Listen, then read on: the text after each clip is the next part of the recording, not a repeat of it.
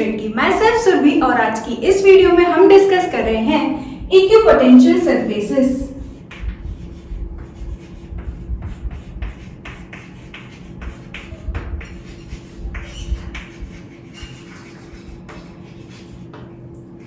सबसे पहले हम डिस्कस करेंगे ये इक्विपोटेंशियल सरफेसेस होते क्या हैं और उसके बाद हम डिस्कस करेंगे प्रॉपर्टीज हमारे इक्विपोटेंशियल सरफेसेस की। ठीक, तो सबसे पहले हम समझते हैं इक्विपोटेंशियल सरफेसेस होते क्या है। इक्विपोटेंशियल सरफेस हम उस सरफेस को बोलते हैं जिसके हर एक पॉइंट पर पोटेंशियल कैसा हो, same. It is a surface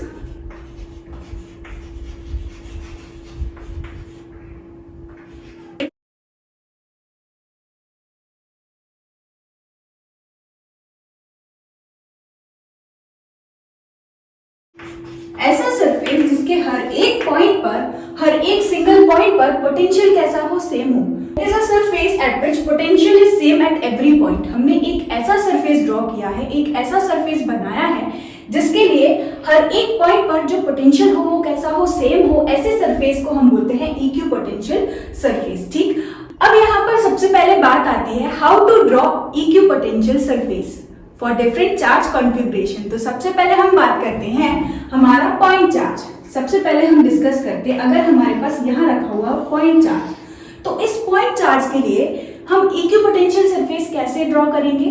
तो इक्विपोटेंशियल सरफेसेस को ड्रॉ करना है अगर हमें, तो कुछ नहीं, हम सिर्फ क्या करेंगे, ज्वाइन कर देंगे उन पॉइंट्स को जहां पर पोटेंशियल कैसा हो, सेम हो। ठीक, तो देखो एक पॉइंट चार्ज के लिए पोटेंशियल कहां पर सेम हो सकता है, हमने पढ़ा था पॉइंट चार्ज के लिए जो पोटेंशियल होता है that is V is equal to K Q upon R। ये देखा था, अगर हमारा डिस्टेंस कैसा है, सेम, और चार्ज तो ऑलरेडी Q है ही हमारे पास, K वैसे ही सेम होता है अगर मीडियम सेम हो, राइट। तो यानी कि हमारा पॉजिटिव पॉइंट चार्ज के लिए अगर हम डिस्टेंस कैसा ले लें, सेम, तो उस पॉइंट पर हमारा पोटेंशियल कैसा हो जाएगा, सेम। यानी कि अगर हम यहां से R डिस्टेंस ले, इस चार्ज से R डिस्टेंस लिया, इस चार्ज से R डिस्टेंस, यहां से R, यहां से R, तो और ये सारे डिस्टेंस पर, ये सारे R डिस्टेंस पर यहां इस पॉइंट पे जो हमारा पोटेंशियल होगा इन सभी पॉइंट्स पर वो कैसा होगा, सेम होगा। इन सभी पॉइंट पर जो पोटेंशियल होगा वो हमारा कैसा होगा, सेम होगा। और जैसे ही हम इन सारे पॉइंट्स को क्या करेंगे, ज्वाइन करेंगे, तो हमारा क्या बन जाएगा, इक्विपोटेंशियल सरफेस। बात करते हैं एक पॉइंट चार्ज की। सबसे पहले तो हमने क्या देखा कि किस तरह से हम सरफेसेस ड्रॉ करते हैं। अब जो हमने यहाँ पर ये जो पॉइंट्स देखे हैं, ये सारे जो पॉइंट्स होंगे क्या इस तरह से टू डायमेंशनल होंगे, क्या ये ऐसे टू डायमेंशनल होंगे, यानी कि इक्विपोटेंशियल सरफेस को सिर्फ इन्हीं को ज्वाइन करके बना होगा? नहीं। क्यों? क्योंकि एक पॉइंट चार्ज कैसा रखा है स्पेस में, अगर यहाँ पर ये क्या है, पॉइंट चार्ज। ठीक, तो इस पॉइंट चार्ज से यहाँ भी R डिस्टेंस ले सकते हैं, ऊपर भी R डिस्टेंस ले सकते हैं, नीचे भी R डिस्टेंस ले सकते हैं, यहाँ भी R, यहाँ भी R, यानी कि पूरे स्पेस में, पूरे वॉल्यूम में हम इसके लिए R डिस्टेंस जो है ऐसे ले सकते हैं। ठीक, पूरे स्पेस में हम R डिस्टेंस लेंगे और उन सारे पॉइंट्स को जब हम ज्वाइन करेंगे तब क्या यहाँ पर सर्कल फॉर्म होगा? नहीं, यहाँ पर क्या फॉर्म होगा, एक स्फीयर फॉर्म होगा। और स्फीयर भी नहीं बोलेंगे, इसको हम क्या बोलेंगे, एक शेल, स्फेरिकल शेल फॉर्म होगा। यानी कि एक पॉइंट चार्ज अगर रखा है तो ये जो हमने ड्रॉ किया होगा सारे पॉइंट्स को मिला करके, ये क्या बना होगा, एक स्फेरिकल शेल बना होगा, स्फेरिकल शेल, स्फेरिकल शेल। अब बात आती है क्या सिर्फ स्फेरिकल शेल बनाता है इक्विपोटेंशियल सरफेस एक पॉइंट चार्ज? एक पॉइंट चार्ज की वजह से जो इक्विपोटेंशियल सरफेस होता है क्या वो स्फेरिकल शेल ही होता है बस? नहीं। अगर हम यहां से ये डिस्टेंस ले, यहां से ये डिस्टेंस ले, ये डिस्टेंस, ये डिस्टेंस, ये डिस्टेंस, ये डिस्टेंस, ये डिस्टेंस, तो इस बार अगर हम डिस्टेंस को कम कर दे तो और इन सारे पॉइंट्स को ज्वाइन करें तो एक छोटा सा शेल हमारा यहाँ भी बन रहा होगा। या फिर अगर हम डिस्टेंसेस और ज्यादा बड़े ले लें, और ज्यादा दूर ले लें, तो कुछ इस तरीके से हमारा शेल बन रहा होगा, राइट। यानी कि अगर हमें एक पॉइंट चार्ज के लिए इक्विपोटेंशियल सरफेस ड्रॉ करना है तो एक पॉइंट चार्ज के लिए जो इक्विपोटेंशियल सरफेस होता है वो क्या होता है, इस तरह से स्फेरिकल शेल तो होता ही है, लेकिन देखो शेल नहीं है, यहाँ पर कितने बहुत सारे शेल्स बन रहे होंगे। ठीक, यहाँ पर बहुत सारे शेल्स बन रहे होंगे जिनका सबका सेंटर कैसा है, सेम, और उस सेंटर पर हमारा क्या रखा हुआ है, एक पॉजिटिव पॉइंट चार्ज, राइट। तो हमारा एक पॉइंट चार्ज के लिए जो इक्विपोटेंशियल सरफेस होता है वो क्या होता है, इज कंसेंट्रिक स्फेरिकल शेल्स। ठीक, अगर हमारे पास प्लस क्यू चार्ज यहाँ पर पॉइंट चार्ज रखा हुआ है स्पेस में, तो कुछ इस तरीके से इक्विपोटेंशियल सरफेस होगा। हम बोल सकते हैं इन सारे पॉइंट्स पर जो पोटेंशियल होगा वो सेम होगा, इन सारे पॉइंट्स पर पोटेंशियल कैसा होगा, सेम होगा, इन सारे पॉइंट्स पर पोटेंशियल कैसा होगा, सेम होगा।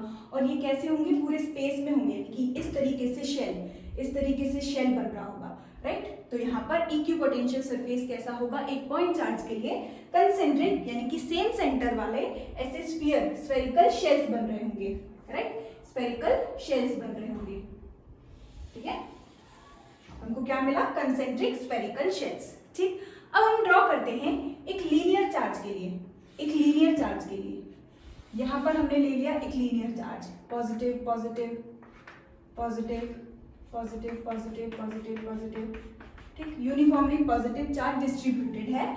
तो यहाँ पर अगर हम ये पॉइंट ले, ये पॉइंट ले, ये पॉइंट ले, ये पॉइंट ले, R distance R distance R distance R distance, और ये इनफिनाइट लॉन्ग है ना। और इसका जो चार्ज है वो हम कितना ले ले, अगर क्यू, तो यहाँ पर पोटेंशियल, यहाँ पर पोटेंशियल, यहाँ पर पोटेंशियल, यहाँ पर पोटेंशियल कैसा होगा, सेम। उसी तरीके से ये डिस्टेंस, ये डिस्टेंस, ये डिस्टेंस भी अगर हम आर ले लें, है ना, यहाँ से ये डिस्टेंस भी अगर हम आर ले लें, तो इस पॉइंट पे, इस पॉइंट पे, इस पॉइंट पे, इस पॉइंट पे पोटेंशियल हमारा कैसा होगा, सेम होगा। यानी कि इसको ज्वाइन करेंगे तो कुछ ऐसा, इसको ज्वाइन करेंगे तो कुछ ऐसा। अब सेम यही कॉन्सेप्ट हम यहाँ, ये सेम यही कॉन्सेप्ट अगर हम यहाँ अप्लाई करें, तो ये रॉड कैसे रखी होती है, स्पेस में कुछ ऐसे रखी होती है। ये हमारा वायर ऐसे रखा है, जिस पर चार्ज कैसा डिस्ट्रीब्यूटेड है, पॉजिटिव चार्ज यूनिफॉर्मली डिस्ट्रीब्यूटेड है। यानी कि ये चार्ज हमारा इलेक्ट्रिक फील्ड भी निकालता था, वो इसके अराउंड पूरे स्पेस में होती थी, आगे भी पीछे भी, है ना, इस तरफ पूरे में ऐसे निकालेगा। यानी कि यहाँ से भी हम आर डिस्टेंस ले सकते हैं, यहाँ से भी आर डिस्टेंस पर पी पोटेंशियल कैसा होगा, सेम, यहाँ से भी आर डिस्टेंस पर पी पोटेंशियल कैसा होगा, सेम। यानी कि कुछ इस तरीके से हमारा आर डिस्टेंस हम ले सकते हैं। ठीक है, तो यहाँ से ये कुछ ऐसा बनेगा, ठीक, जिसके हर पॉइंट पर पोटेंशियल कैसा होगा, सेम, राइट, ऊपर से देखने पे। और नीचे से देखने पे भी कुछ ऐसा ही हमको दिखेगा, कुछ ऐसे। तो यानी कि इस बार हमारा क्या बन गया, इस बार हमारा क्या बन गया, एक सिलेंडर, राइट, सिलेंडर। तो एक लीनियर चार्ज के लिए जो हमारा इक्विपोटेंशियल सरफेस होता है, वो कैसा होता है, सिलेंड्रिकल होता है। और अगर हम R से छोटा डिस्टेंस ले लें, यानी कि यहाँ पर ड्रॉ करें पॉइंट, यहाँ पर ड्रॉ करें, मतलब छोटा छोटा ले लिया, तो कुछ इस तरीके का छोटा सा सिलेंडर फॉर्म होगा। यहाँ पर ऐसा छोटा सा सिलेंडर फॉर्म होगा, राइट, इस तरीके से कुछ ऐसा छोटा सा सिलेंडर यहाँ पर फॉर्म हो रहा होगा। इस बार हमारा क्या होगा, कंसेंट्रिक बोलेंगे क्या, नहीं, कंसेंट्रिक यानी कि सेम सेंटर के साथ। और यहाँ पर क्या होगा, कोएक्सियल। ये देखो अगर हम, ये देखिए अगर हम, तो ये हमारी क्या है, एक्सिस। इस बार ये पूरी एक्सिस, सेंटर कॉमन नहीं है, इस बार हमारा ये पूरा का पूरा एक्सिस कॉमन है। इस अंदर वाले सिलेंडर पे भी, बाहर वाले सिलेंडर के लिए भी हमारा ये एक्सिस कॉमन है, इसलिए ये क्या होता है, कोएक्सियल सिलेंडर। ठीक है, कोएक्सियल सिलेंडर। इसके लिए हमारा सरफेस कैसा हो गया, एक लीनियर चार्ज के लिए हमारा सरफेस कैसा हो गया, कोएक्सियल सिलेंडर। और एक पॉइंट चार्ज के लिए कैसा मिला है हमको, कोसेंट्रिक या फिर कंसेंट्रिक स्फेरिकल शेल। इधर ही अगर हम parallel and uniform electric field की बात करें, तो ये पैरेलल यूनिफॉर्म इलेक्ट्रिक फील्ड है ना, यहाँ बहुत दूर कहीं चार्ज रखा हुआ होगा, और ये जो इलेक्ट्रिक फील्ड होंगी तब जाकर ये कैसी होंगी, पैरेलल होंगी।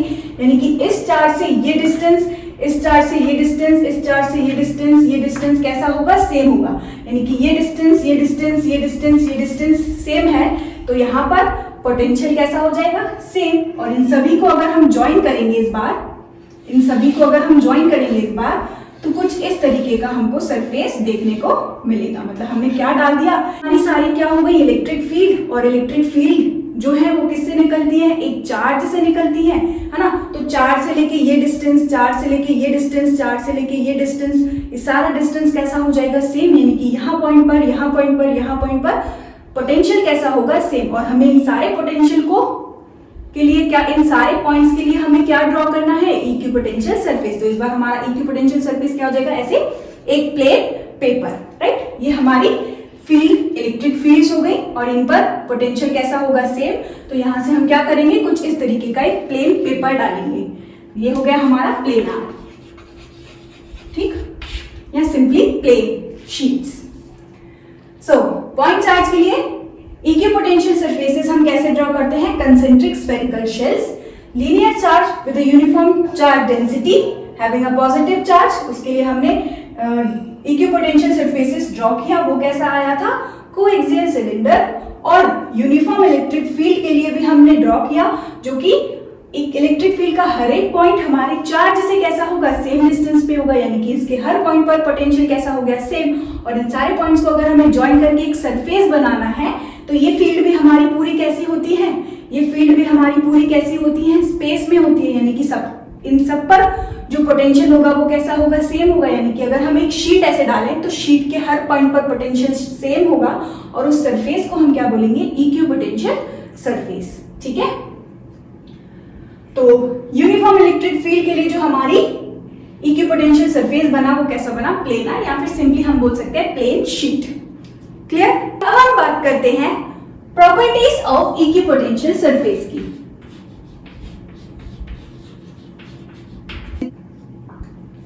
अभी हमने क्या डिस्कस किया, इक्विपोटेंशियल सरफेसेस ऐसे सरफेसेस होते हैं जिनके हर पॉइंट पर पोटेंशियल कैसा हो, सेम हो।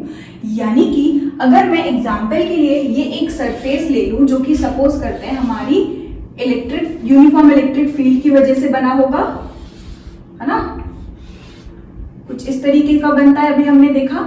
तो यहाँ पर हर एक पॉइंट हम कंसीडर कर लेते हैं ए और एक पॉइंट हम कंसीडर कर लेते हैं बी। सपोज करते हैं ए पर पोटेंशियल कितना है, वी ए, बी पर पोटेंशियल कितना है, वी बी। तो यहाँ पर ये जो पोटेंशियल होगा, पोटेंशियल डिफरेंस इन दो पॉइंट के लिए वो कैसा आएगा, जीरो, है ना। हमारे यहाँ पर पोटेंशियल कैसे है, सेम। इक्विपोटेंशियल सरफेस हमने लिया है यूनिफॉर्म इलेक्ट्रिक फील्ड का, तो जो पोटेंशियल डिफरेंस होगा यहाँ पर वो कैसा आएगा, जीरो। तो हम लिख सकते हैं the potential difference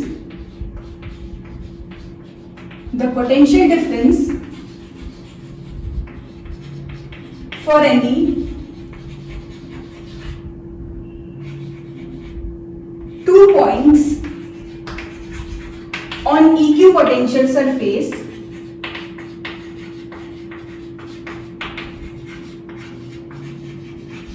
is always zero.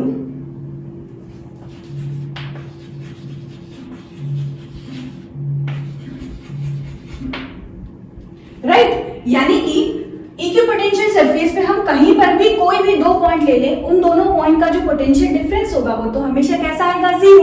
अच्छा, क्यों जीरो आएगा, हमने पढ़ा ना, हमारा पोटेंशियल डिफरेंस क्या होगा, VA माइनस VB या VB माइनस VA, है ना। पोटेंशियल डिफरेंस इन दो पॉइंट के बीच में अगर हमें लिखना हो तो हमने क्या लिखा, delta V is equal to VA minus VB। अभी हमने क्या बोला, ये एक ऐसा सरफेस है, इक्विपोटेंशियल सरफेस एक ऐसा सरफेस है जिसके हर पॉइंट पर पोटेंशियल सेम है। अगर यहाँ भी पोटेंशियल VA है, सपोज कर लेते हैं VB पे भी पोटेंशियल कैसा है, सेम है, यानी कि हम क्या लिख सकते हैं, VA minus VA is equal to zero, यानी कि potential difference is zero at every point on equipotential surface. Potential difference, है ना, between two points on equipotential surface is always zero. ये हो गई हमारी फर्स्ट प्रॉपर्टी। सेकेंड प्रॉपर्टी की बात करते हैं, no work is done in moving a charge from one point to the other point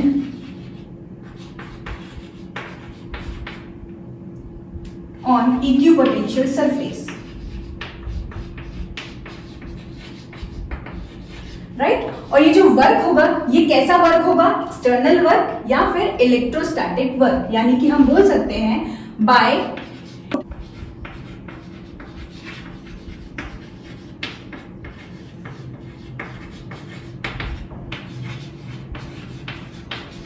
देखो नेक्स्ट हमारी क्या है, no work is done in moving a charge from one point to the other point on equipotential surface by और against electric field. जब हम क्या करते हैं, किसी चार्ज को एक पॉइंट से उठा करके दूसरे पॉइंट पे लेके जाते हैं तो हम क्या करते थे, एक्सटर्नल वर्क करते थे, राइट।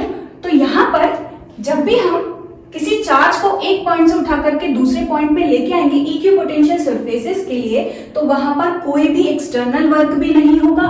और हमने ये भी पढ़ा था external work is equal to negative of electrostatic work, right. तो यहाँ पर दोनों ही वर्क कैसे हो जाएंगे, जीरो, यानी कि दोनों यहाँ पर हम लिख सकते हैं बाय और अगेंस्ट इलेक्ट्रोस्टैटिक फोर्स, यानी कि इलेक्ट्रोस्टैटिक फोर्स के अगेंस्ट भी कोई काम नहीं होगा या फिर इलेक्ट्रोस्टैटिक फोर्स भी कोई काम नहीं करेगा, राइट।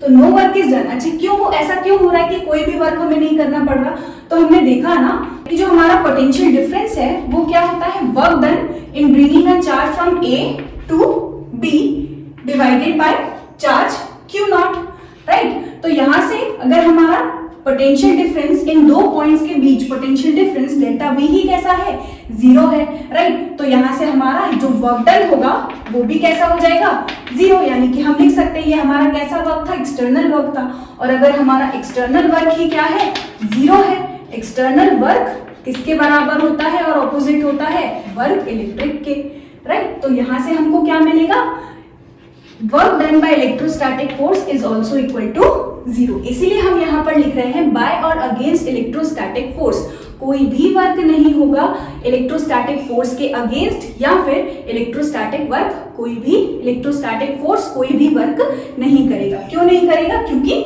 दोनों पॉइंट्स का पोटेंशियल कैसा है, सेम, और पोटेंशियल डिफरेंस हमको क्या मिला, जीरो मिला, right. Electric field is always perpendicular at every point on equipotential surface.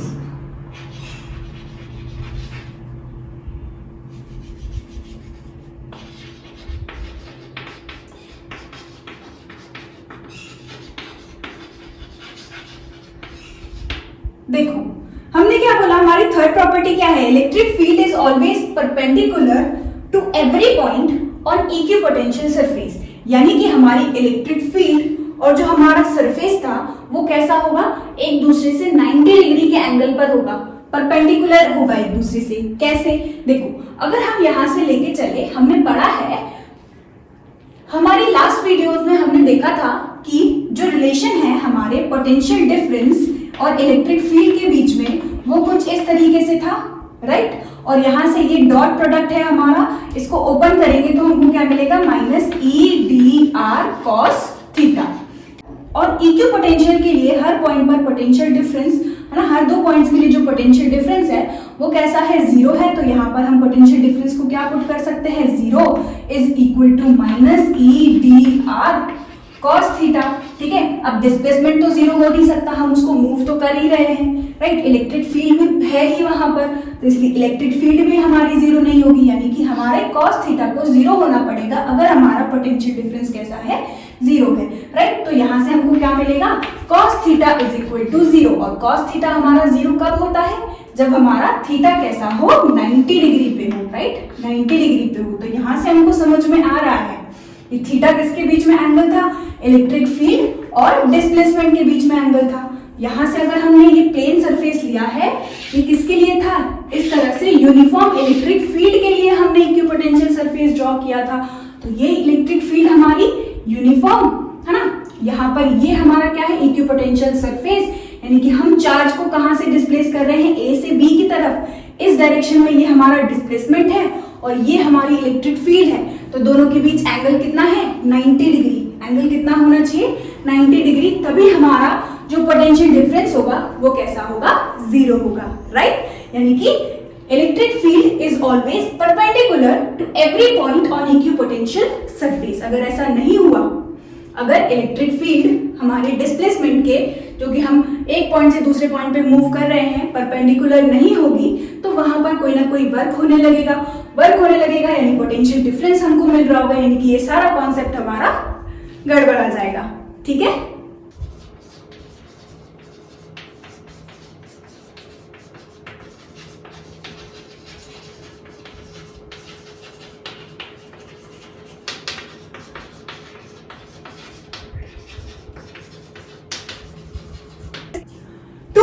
Equipotential surfaces can never intersect each other.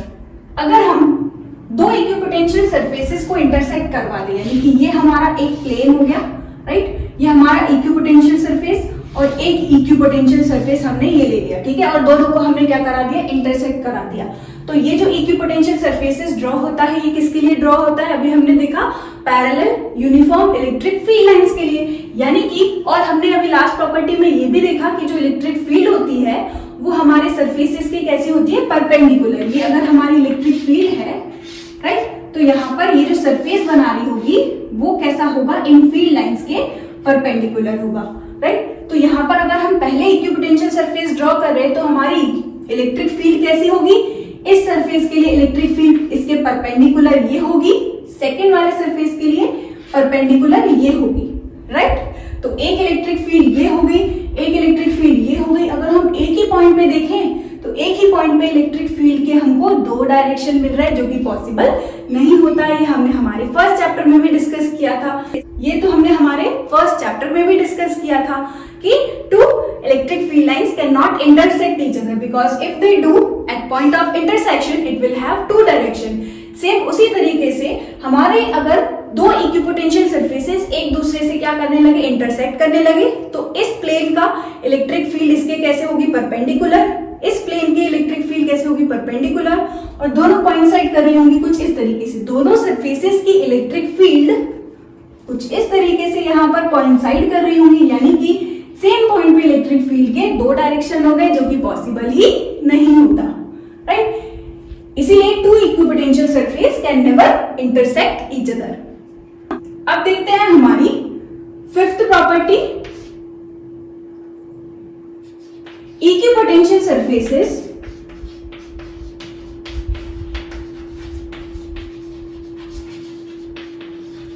are crowded in strong electric field, whereas they are far apart in weak electric fields। ठीक, इसका मतलब हम समझते हैं equipotential draw करके dipole में, ठीक है, इक्विपोटेंशियल सरफेसेस फॉर डाइपोल। अगर हम यहां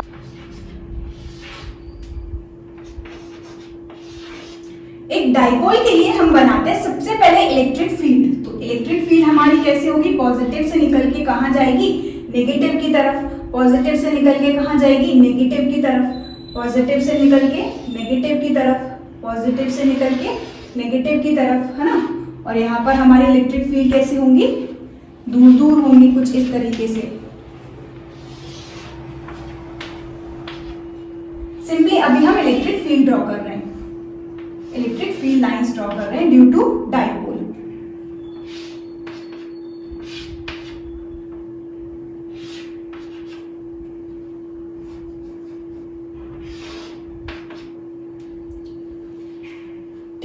तो यहाँ पर हम क्लियरली देख सकते हैं कि इन दो चार्जेस के इस तरफ हमारी इलेक्ट्रिक फील्ड कैसी है, इलेक्ट्रिक फील्ड लाइन ज्यादा है, और जहां हमारी इलेक्ट्रिक फील्ड लाइन ज्यादा होती है मतलब यहाँ पर इलेक्ट्रिक फील्ड हमारी कैसी होगी, स्ट्रॉन्ग। यहाँ पर इलेक्ट्रिक फील्ड लाइन ज्यादा है मतलब ये हो गई हमारी इलेक्ट्रिक फील्ड स्ट्रॉन्ग, और यहाँ पर हमारी इलेक्ट्रिक फील्ड लाइन कैसी होती है, कम, यानी कि ये रीजन में हमारी इलेक्ट्रिक फील्ड कैसी हो गई, वीक। यहाँ पर हम लिख सकते हैं वीक है हमारी इलेक्ट्रिक फील्ड, यहाँ पर हमारी इलेक्ट्रिक फील्ड कैसी है, स्ट्रॉन्ग, यहाँ पर भी स्ट्रॉन्ग है, और यहाँ पर हमारी इलेक्ट्रिक फील्ड कैसी है, वीक। ठीक, तो यार इस बार अगर हम पॉइंट चार्ज के लिए देखते थे तो पॉइंट चार्ज के लिए तो हर जगह पर इलेक्ट्रिक फील्ड कैसी होती थी, सेम होती थी। ठीक, हर पॉइंट पर अगर हम देखते थे सेम होती थी, इसलिए हमारा यहाँ पर कुछ इस तरीके से स्फेरिकल शेल बनता था। लेकिन यहाँ पर अगर हम स्फेरिकल शेल ड्रॉ करें तो वो नहीं बनेगा, क्यों? क्योंकि इलेक्ट्रिक फील्ड हमारी इस बार सेम नहीं है। एक जगह पर हमारी वीक इलेक्ट्रिक फील्ड है, दूसरी जगह पर हमारी स्ट्रॉन्ग इलेक्ट्रिक फील्ड है। सपोज कर लेते हैं एक एग्जांपल हमारा, यहाँ पर हम ले लेते हैं, कंसीडर कर लेते हैं हमारी इलेक्ट्रिक फील्ड कितनी है, 10 न्यूटन पर कूलम। यहाँ इलेक्ट्रिक फील्ड स्ट्रॉन्ग है 10 न्यूटन पर कूलम, यहाँ पर हम सपोज कर लेते हैं कितनी है, 5 न्यूटन पर कूलम, राइट। और यहां से हम सपोज करते हैं कि पोटेंशियल कंसीडर कर लेते हैं। यहाँ पर हमारा एक पोटेंशियल जो है वो कितना है, हमारा जो पोटेंशियल है वो कितना है, सपोज कर लेते हैं हमारा 40 वोल्ट है ना। पोटेंशियल यहाँ पर हमने कंसीडर कर लिया कितना, 40 वोल्ट। तो इस चार्ज से लेके ये डिस्टेंस अगर हम देखें तो ये कितना है, L। अगर हम यहाँ पर इलेक्ट्रिक फील्ड और पोटेंशियल का फॉर्मूला अप्लाई करें, V is equal to E into L, तो यहाँ से V पोटेंशियल कितना है 40 डिवाइडेड बाय E कितनी है 5 इज इक्वल टू L। तो यहाँ से हमारा L की वैल्यू कितनी आ गई 8, राइट। सपोज करते हैं ये मीटर, तो 8 मीटर हमारी यहाँ से लेंथ आई। यहाँ इलेक्ट्रिक फील्ड हमारी 10 है और इक्विपोटेंशियल सरफेसेस कैसे बनता है, जहां पर पोटेंशियल कैसा हो, सेम। अगर पोटेंशियल सेम चाहिए तो यानी कि जितना पोटेंशियल 40 यहाँ पर है, यहाँ भी हमें 40 ही पोटेंशियल चाहिए होगा। हम क्या कर रहे हैं, कुछ नहीं, दो पॉइंट्स ऐसे ढूंढ रहे हैं, इस तरफ भी वो पॉइंट ढूंढ रहे हैं, इस तरफ भी वो पॉइंट ढूंढ रहे हैं जहां पर पोटेंशियल कैसा हो, सेम हो। कंसीडर कर लिया कि यहाँ पर पोटेंशियल हमारा 40 है। अब हमें उस तरफ ढूंढना है कि 40 पोटेंशियल हमारा कितने डिस्टेंस पे होगा। इलेक्ट्रिक फील्ड यहाँ कितनी है 10, सेम यही फॉर्मूला अप्लाई करें, पोटेंशियल कितना चाहिए हमको 40 is equal to electric field कितनी है 10 और लेंथ हमारी L हमें फाइंड करनी है। तो यहाँ से हमारा ये कितना आ गया 4 मीटर के डिस्टेंस पर, यानी कि यहाँ पर हमारा डिस्टेंस कैसा होगा 4 मीटर कम होगा और यहाँ पर ये डिस्टेंस हमारा 8 मीटर आया है। इधर अगर हम सेम यही चीज कंसीडर करें तो यहाँ इलेक्ट्रिक फील्ड कितनी ले लेते हैं 10, यहाँ भी इलेक्ट्रिक फील्ड कितनी ले लेते हैं 10। यार ये तो हर पॉइंट पर अगर यहाँ से ये डिस्टेंस और ये डिस्टेंस अगर सेम है तो यहाँ इलेक्ट्रिक फील्ड, यहाँ भी इलेक्ट्रिक फील्ड कैसी होगी, सेम होगी, डिस्टेंस भी कैसा होगा, सेम होगा। लेकिन क्योंकि यहाँ पर इलेक्ट्रिक फील्ड ही अलग अलग है तो ये जो लेंथ होगा वो कैसा हो जाएगा, अलग अलग। इसको ऐसे भी समझ सकते हैं कि अगर हमें V यानी कि पोटेंशियल को सेम रखना है, पोटेंशियल को दोनों जगह पर कैसा रखना है, सेम रखना है, दोनों पॉइंट्स पर पोटेंशियल हमें कैसा चाहिए, सेम चाहिए। तो जहां इलेक्ट्रिक फील्ड ज्यादा होगी वहां पर डिस्टेंस हमारा क्या हो जाएगा, कम करना पड़ेगा हमको।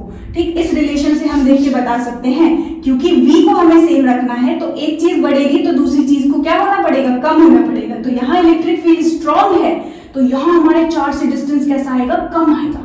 और यहाँ पर हमारी इलेक्ट्रिक फील्ड कैसी है, वीक है ना। तो यहाँ लेंथ को अगर हम ज्यादा कर दें तो पोटेंशियल हमको सेम मिल जाएगा। आई होप आपको ये बात समझ आई हो। तो इसीलिए जो इक्विपोटेंशियल सरफेस हम ड्रॉ करते हैं डाइपोल के लिए वो कुछ ऐसा होता है, ऐसा होता है। एकदम सेंटर पर हमारा चार्ज नहीं रखा रहता है ना, यहाँ से डिस्टेंस कम और यहाँ से डिस्टेंस हमारा ज्यादा, कुछ इस तरीके का हमारा इक्विपोटेंशियल, ये इक्विपोटेंशियल सरफेस है।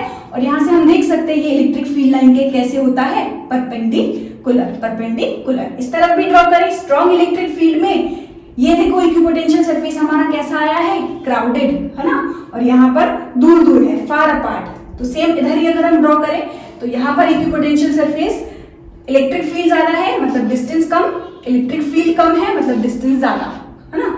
डिस्टेंस यहाँ पर कम होगा, यहाँ पर ज्यादा होगा, कुछ इस तरीके से। फिर से हम ड्रॉ करते हैं इक्विपोटेंशियल सरफेस, ये हो गया ऐसे, ये हो गया ऐसे, ठीक।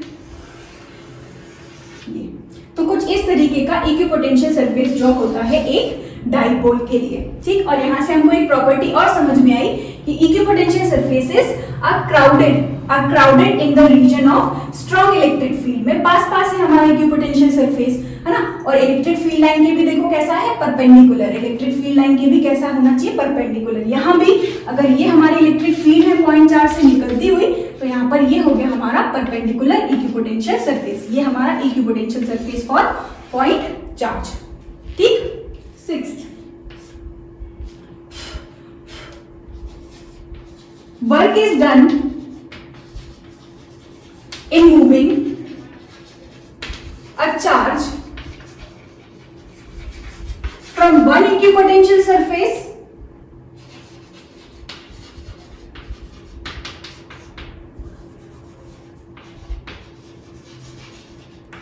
to another equipotential surface.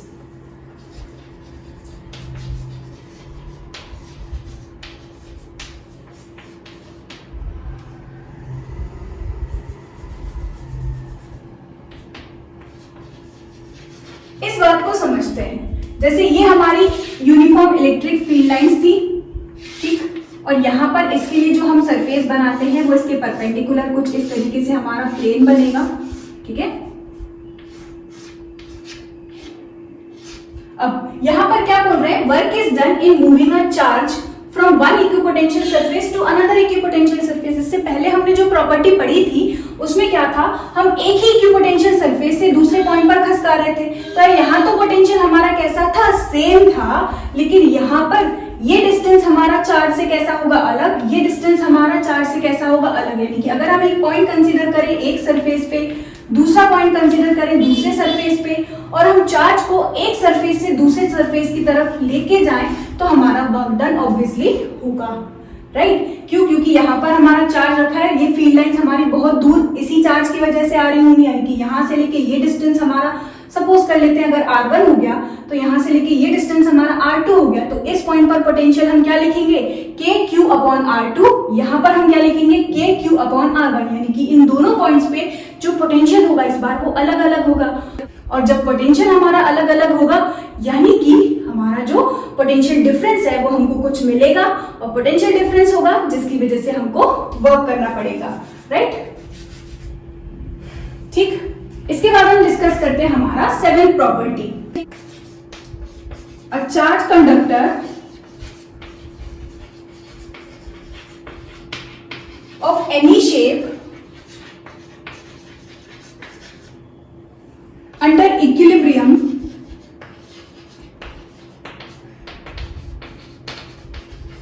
Is equipotential surface. इस बात को हम जरा समझते हैं।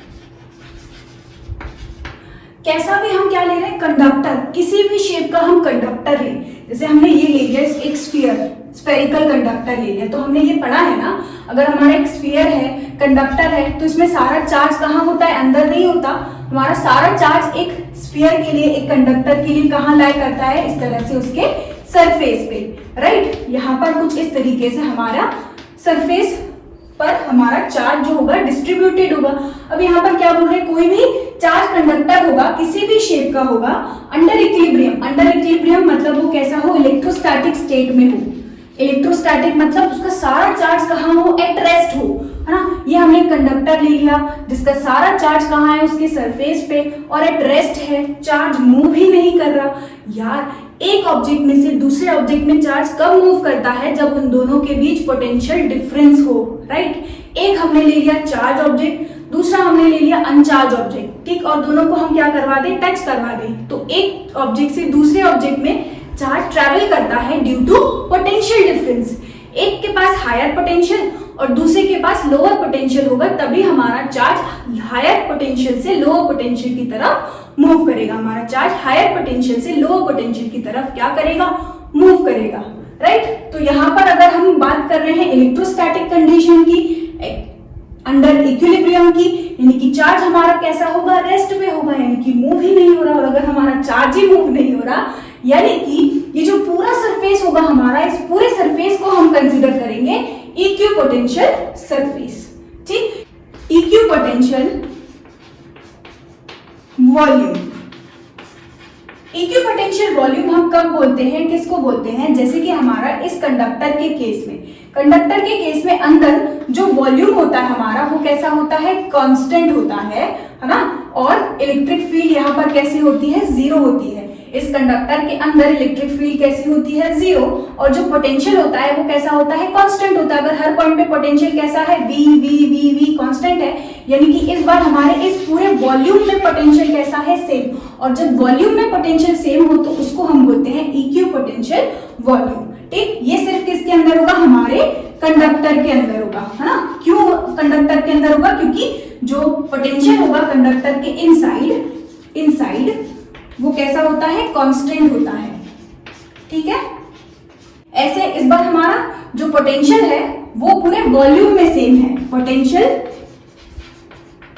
इज सेम ओवर वॉल्यूम, पूरे वॉल्यूम के लिए हमारा पोटेंशियल सेम है। तो ऐसे वॉल्यूम को हम क्या बोलते हैं, इक्विपोटेंशियल वॉल्यूम। तो यहीं पर खत्म करते हैं हम आज का लेक्चर। आज हमने डिस्कस किया इक्विपोटेंशियल सरफेसेस क्या होते हैं और कुछ प्रॉपर्टीज हमने डिस्कस की। साथ ही साथ हमने point charge, linear charge distribution और डाइपोल के लिए हमने इक्विपोटेंशियल सरफेसेस भी ड्रॉ किया। अब आप दो पॉजिटिव और दो नेगेटिव चार्ज के लिए इक्विपोटेंशियल ड्रॉ करना सीखिए। Thank you so much for watching this video.